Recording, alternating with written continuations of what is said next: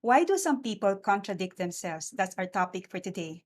What makes some people say this is what they believe and then they do something that is not consistent with that belief? The example I want to tackle here is that some people adhere to the seventh commandment, which says, "Thou shalt not steal," and yet they seem to favor an electoral candidate, Mr. Marcos Jr. By the name itself, you will associate the candidate to the family from which the Philippines has recovered 170 billion pesos or $3.6 billion of ill-gotten wealth.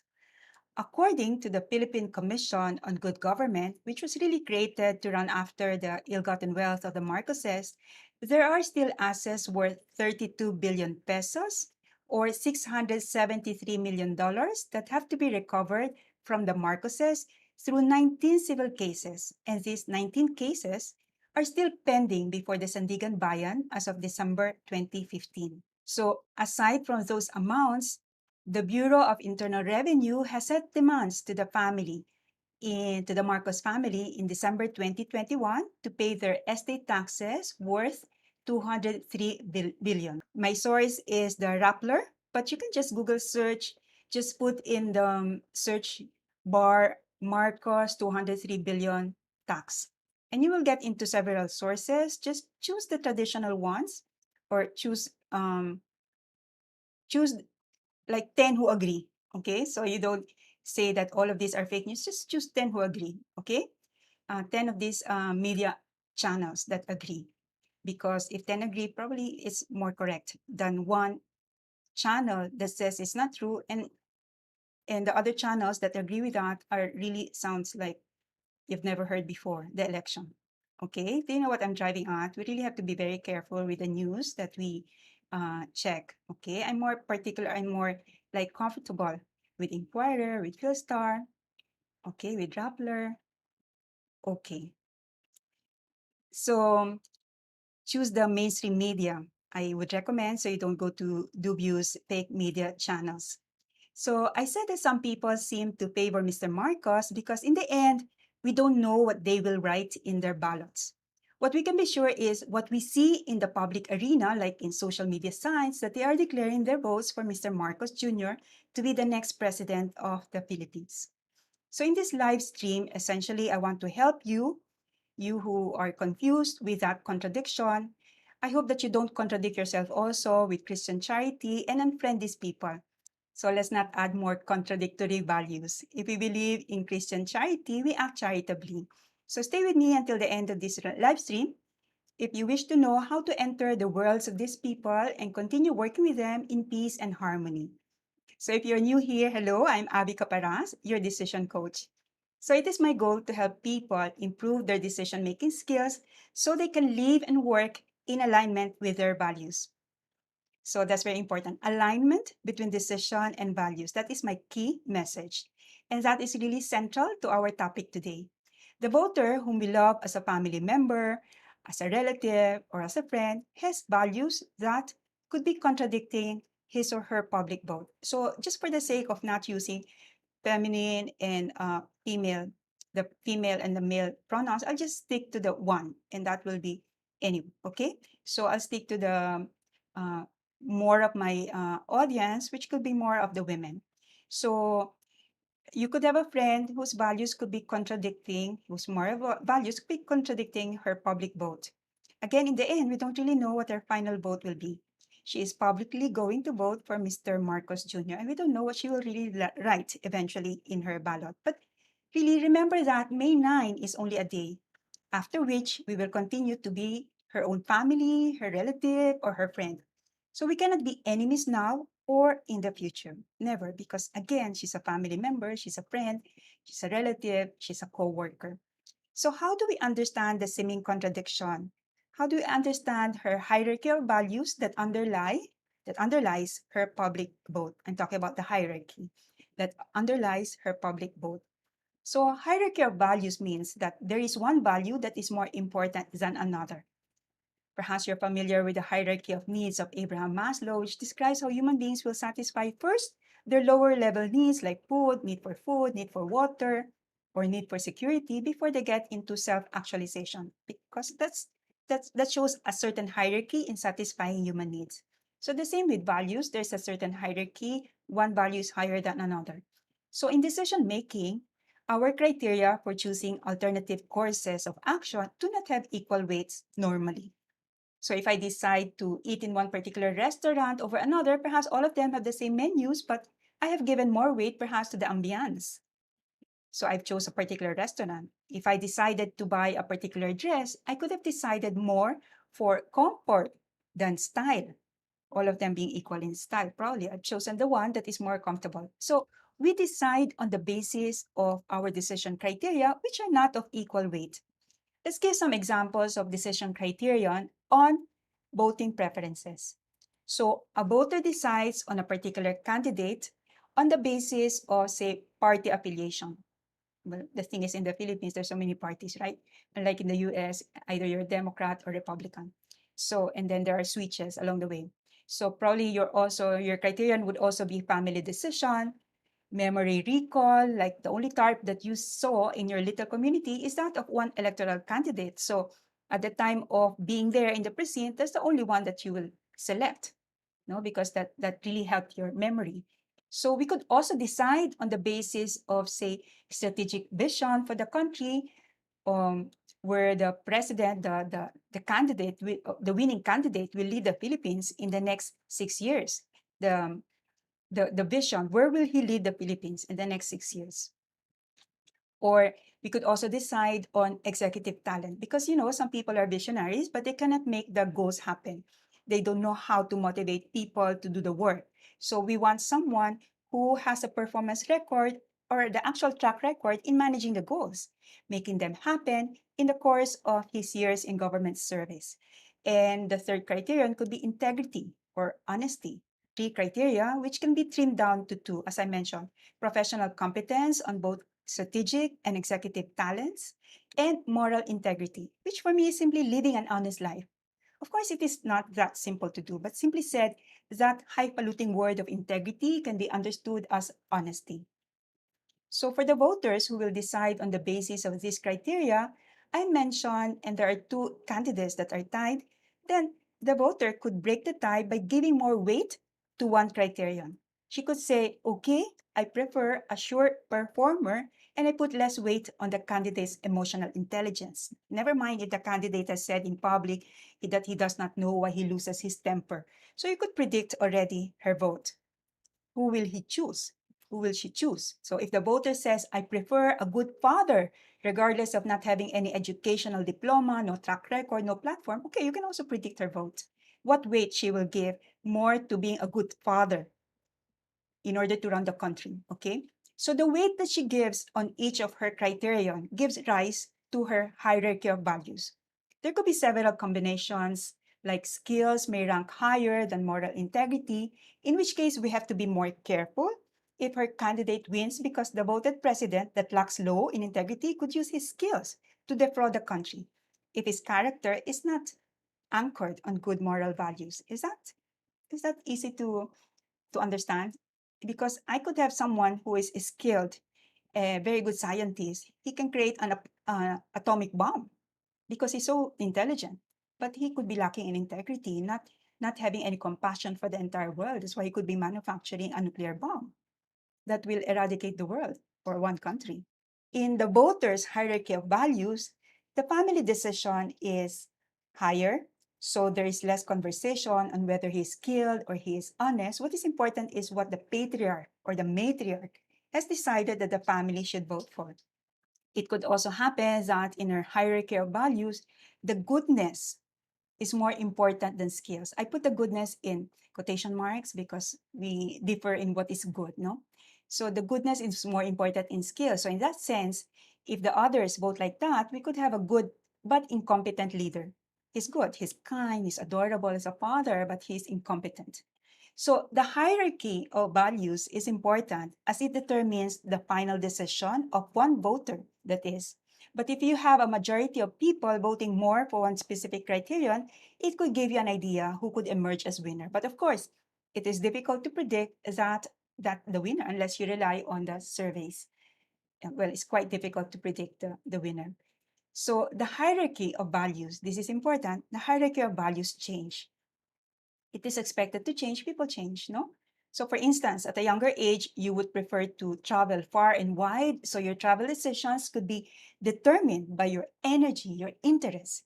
And yet later, your personal interest could place second where the other family members would want to go, where your husband would want to go, your health condition would allow you to go. So it will determine your travel decisions. So the hierarchy of values would change.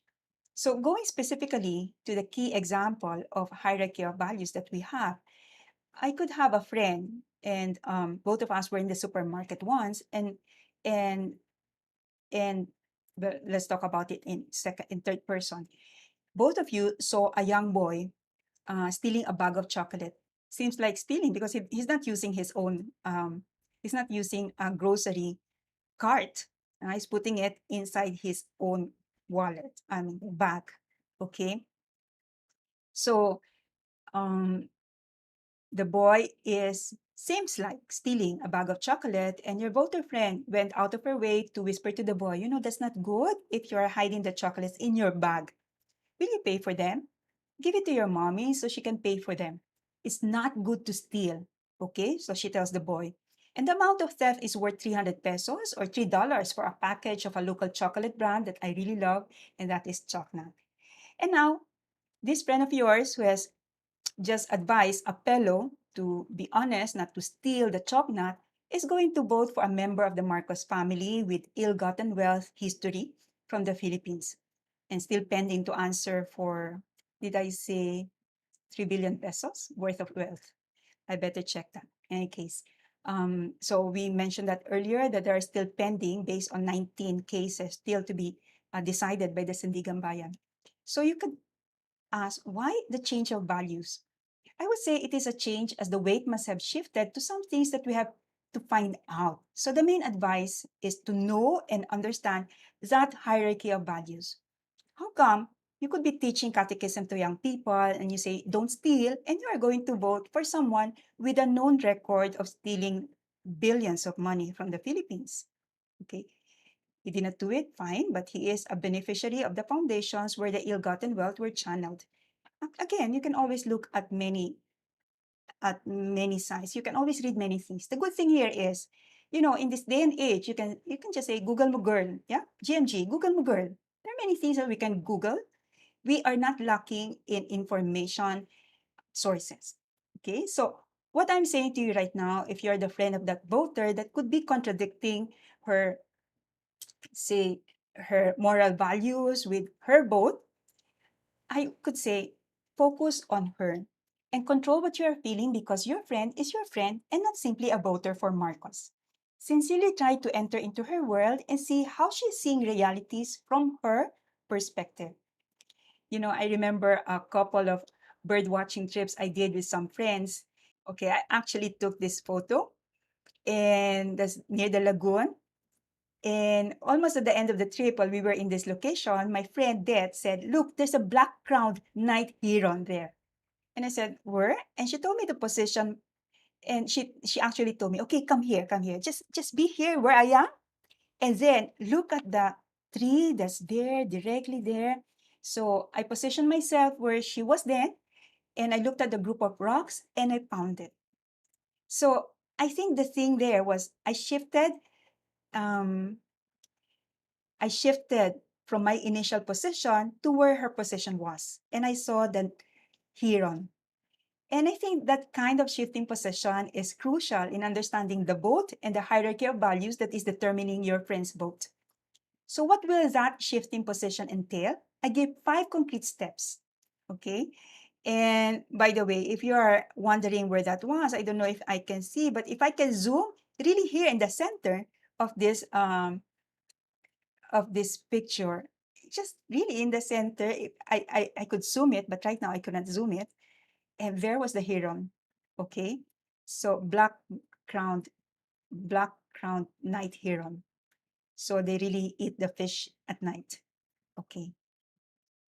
So what are my 5 concrete steps? The first is ask questions from a sincere place of wanting to be in a better company with her.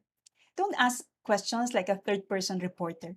If your friend says, my entire family has been voting for the Marcoses ever since time immemorial, wait for her to say more.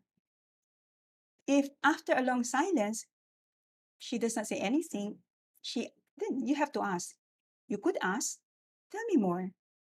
So keep the focus on her rather than waiting to jump on her with all of your fact checking data. Your reality is obviously different from her, so focus on her and keep your attention outside of yourself. Okay? So I think that's very important because sometimes it really helps me. For example, I really like to know if the person I'm talking to is really listening. And waiting for me to answer after a long period is already a proof that she's wanting to reply to me rather than immediately answering me that this or that, it should be like this, no? Okay. So second tip, zoom out of yourself in cases when she might say that you are judging Marcos Jr. Zoom out of yourself because in the end, you can be defensive. So you could just ask, I am judging Mr. Marcos. So ask that with the intention of knowing more her world. In the end, you might learn something about yourself. How do you look when you speak? And you could improve when you really want to enter into a friendly conversation. And you can say, you are right. I am not conscious that I raise my eyebrows when people talk about Mr. Marcos Jr.'s accomplishments. So you can thank her for that. Thank you for telling me, no? So that is also very important because again, we want to have a friendly conversation. We want to be in a better company. We don't want to go into argument. Okay. So the third tip is check, check for information gaps. If she says the Marcoses have built all the roads and highways that you use every day when you go to work, you could ask, how do you know the Marcoses built all those? Again, the tone matters. The tone of asking the question matters because you are not in a debate. You are seeking more information to understand her world, her sources of information, to understand better what has surpassed the moral issues in her hierarchy of values. Number four, we can try reframing her statements in a more positive way. If she says, I can't get it why these people can't accept that the Marcoses built all those 10,000 bridges. Well, acknowledge what she's feeling and say, I know I can feel bad if after all the research I've done, I realize people don't believe in what I have found out.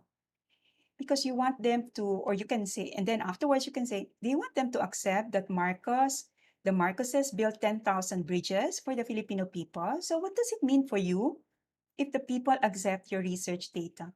What's important for you about those 10,000 bridges that the Marcoses built?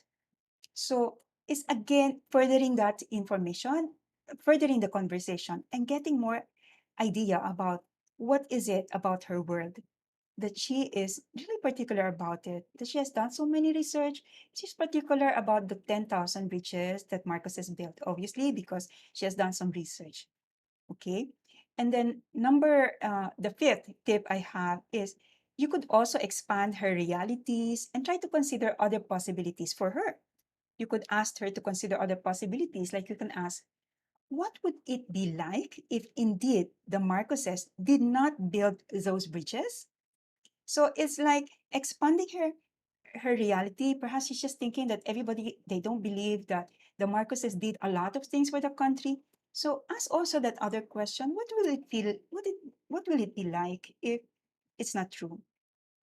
So you could add a story or two when you discovered something contrary to your belief. I tell you, when I entered the university, I used to think that professors don't know how to write clearly and legibly on the blackboards, the green boards, compared to my high school teachers.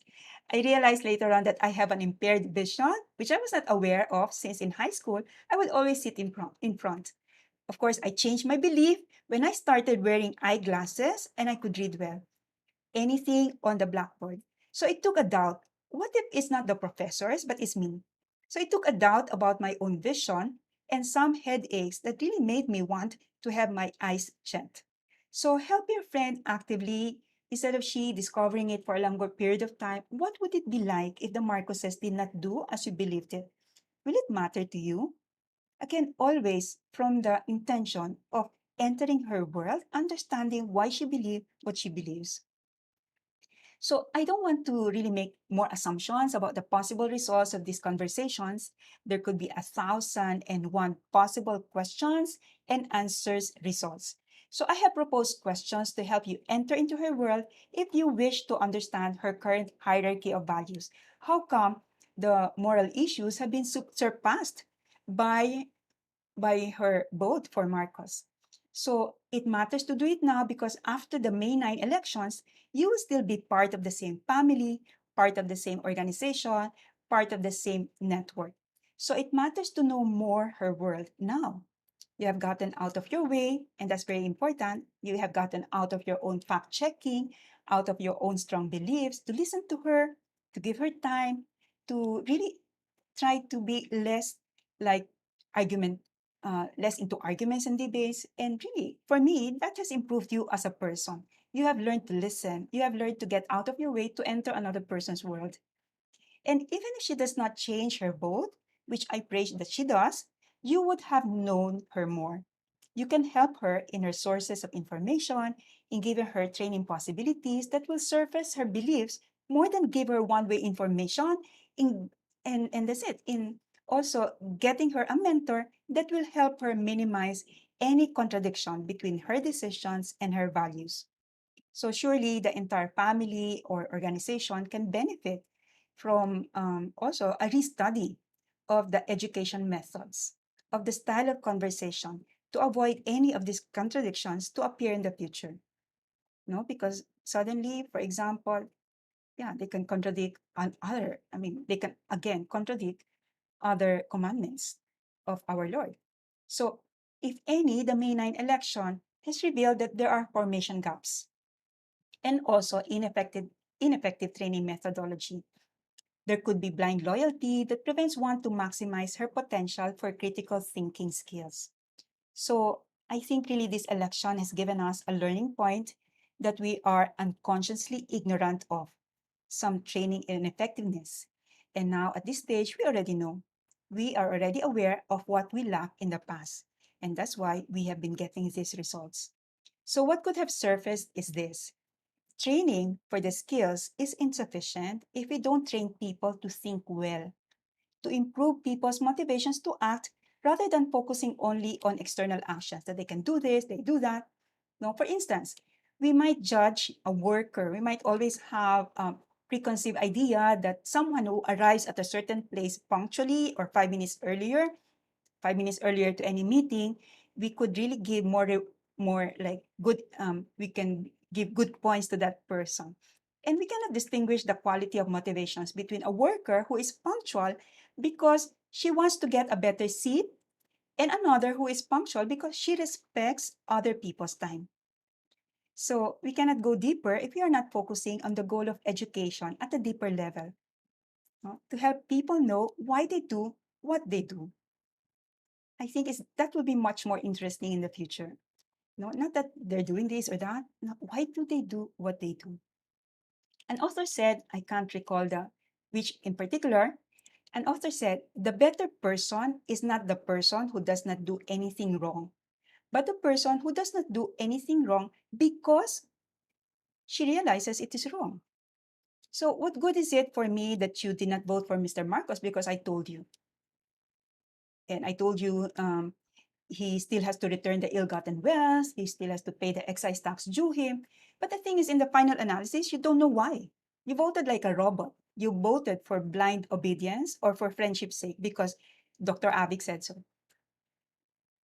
I wouldn't be happy with that because you have to know why you're voting for a particular person, not because you just want to follow me.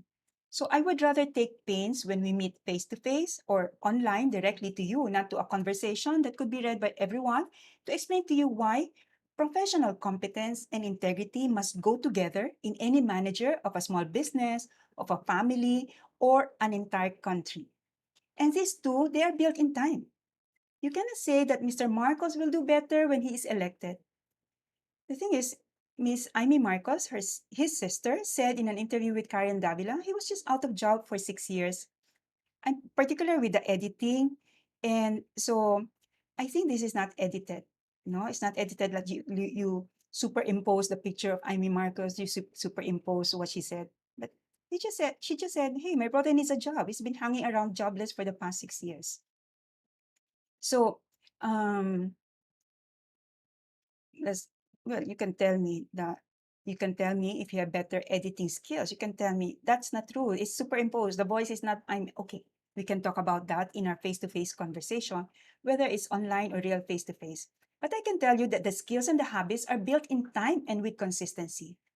Why would I expect a miracle when God has given me observation skills to know the track record? Hence, really, a primary training gap is there where people must detect the existence of real problems. And this is, I think, very important because some reasons why people are voting for Marcos and not considering the seventh commandment, thou shalt not steal, is because of nostalgia. A person having nostalgia from a supposedly glorious past under a Marcos senior presidency is an enemy for training people. The nostalgia, not the people with nostalgia. The nostalgia itself is an enemy for training people to improve in being realistic, in focusing on the present, the challenges of the present moment. For me, it's like nostalgia massages your memory, but it does not help your intelligence. And the will to make changes come from an intelligent evaluation of the present realities. So definitely, the teaching methodology that gives information alone, giving one-way information, is not going to work in the long term. We will get into these problems again. So rather, using real cases and using the Socratic approach to asking questions will develop one's ability to distinguish what is real and what is imagined, to ground the person to the facts of the case and not to an imagined story, to overcome a pessimistic attitude towards the future that is different from any nostalgic past. Because with the case method, you can draw several alternatives of action. You are not just going to bewail the past that is not coming back to the present. You move forward with the alternatives for actions. You determine your alternatives for actions. You determine, you become decisive. You're not just going to see it and like dream of that past, the glorious past of the Philippines, that hopefully could happen with the son of Mr. Marcos Sr.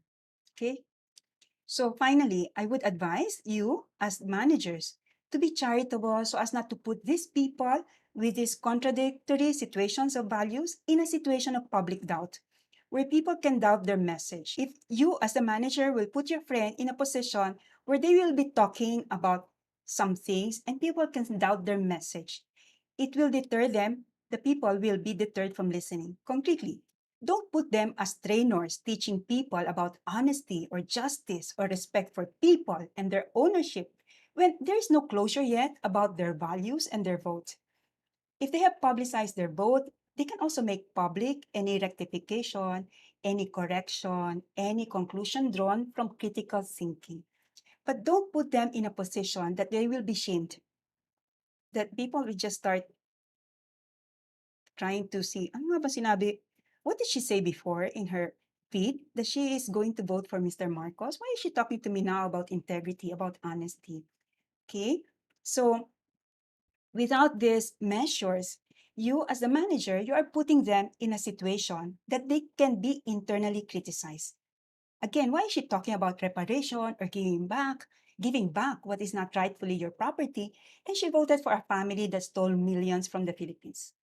So do your homework as a manager, know your people, know their values, find out their inner worlds, enter into their worlds, expand their worlds before giving them these crucial assignments. Okay, are there some questions? You can post some questions. You can give them to me directly. You might know my email address. You can connect with me in Facebook. In my Facebook page is Avi Caparas, or you can also message me here in YouTube. If you are part of my community, if you're one of my subscribers, you can also message me. And I hope that if you like this video, this quick tutorial on managing the contradiction in a hierarchy of values, or really understanding people's hierarchy of values, I hope you click the like button below, and I'll see you in the next live stream. Bye-bye.